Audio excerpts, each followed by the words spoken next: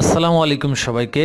আজকে আমরা দেখব যে একটি ওয়ার্ডপ্রেসকে আপনি কিভাবে টোটালি আনইনস্টল করে দিবেন। আমরা সি প্যানেলে অনেক সময় ওয়ার্ডপ্রেস ইনস্টল করি, যেমন আমি এখানে ওয়ার্ডপ্রেসটা ইনস্টল করে রেখেছি। আমি টোটালি এটাকে আনইনস্টল করে দেব। পুনরায় এটাকে আমি আবার ইনস্টল করব, সেটাও আপনি আমার টিউটোরিয়ালে দেখতে পারবেন।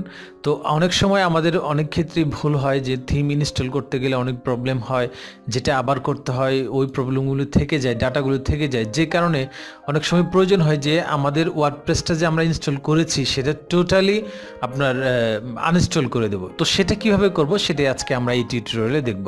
প্রথমে আমরা সি প্যানেলে লগ ইন করি। তো আমরা সি প্যানেলে লগ ইন করলাম। তো এখান থেকে আমরা বরাবরের মতো আপনারা জানেন যে ওয়ার্ডপ্রেসে যাব, এই যে সফটওয়্যার ক্লাস অ্যাপস ইনস্টলার, এখান থেকে ওয়ার্ডপ্রেসে আপনি ডান ক্লিক করে আমরা একটা নতুন একটা ট্যাব নিচ্ছি। তো এখানে গেলে দেখতে পারবো যে ওয়ার্ডপ্রেসের ফার্স্ট যে হোম পেজটা থাকে সেটা। তো এখানে কিন্তু আমরা এই লিঙ্কে অর্থাৎ এই ডোমেইনে কিন্তু আমরা ওয়ার্ডপ্রেস ইনস্টল করেছি। তো এটাকে খুবই সহজে এবং খুব সহজ পদ্ধতিতে কিভাবে সেটাকে আমরা আনইনস্টল করব সেটাই দেখব। তো এখান থেকে আপনি খুব সহজেই এই ক্রস চিহ্নটাতে আপনি ক্লিক করবেন। এটাতে ক্লিক করলেই এই অপশনটা চলে আসবে, অর্থাৎ রিমুভিং ওয়ার্ডপ্রেস এটাকে বলতেছে।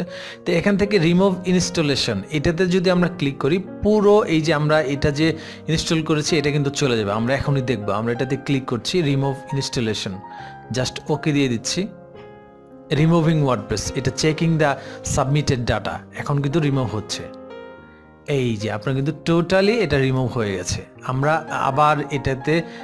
আবার কিন্তু ইনস্টল করতে পারি। আমরা এটাতে যে এখন চেক করলে দেখতে পারবো, এই যে 404 নট ফাউন্ড দেখাচ্ছে, তার মানে আমাদের টোটালি এটা আনইনস্টল কিন্তু হয়ে গেছে। তো থ্যাংক ইউ সবাইকে। আজকের টিউটোরিয়াল ভালো লাগলে আপনার অবশ্যই কমেন্টস করে জানিয়ে দিন।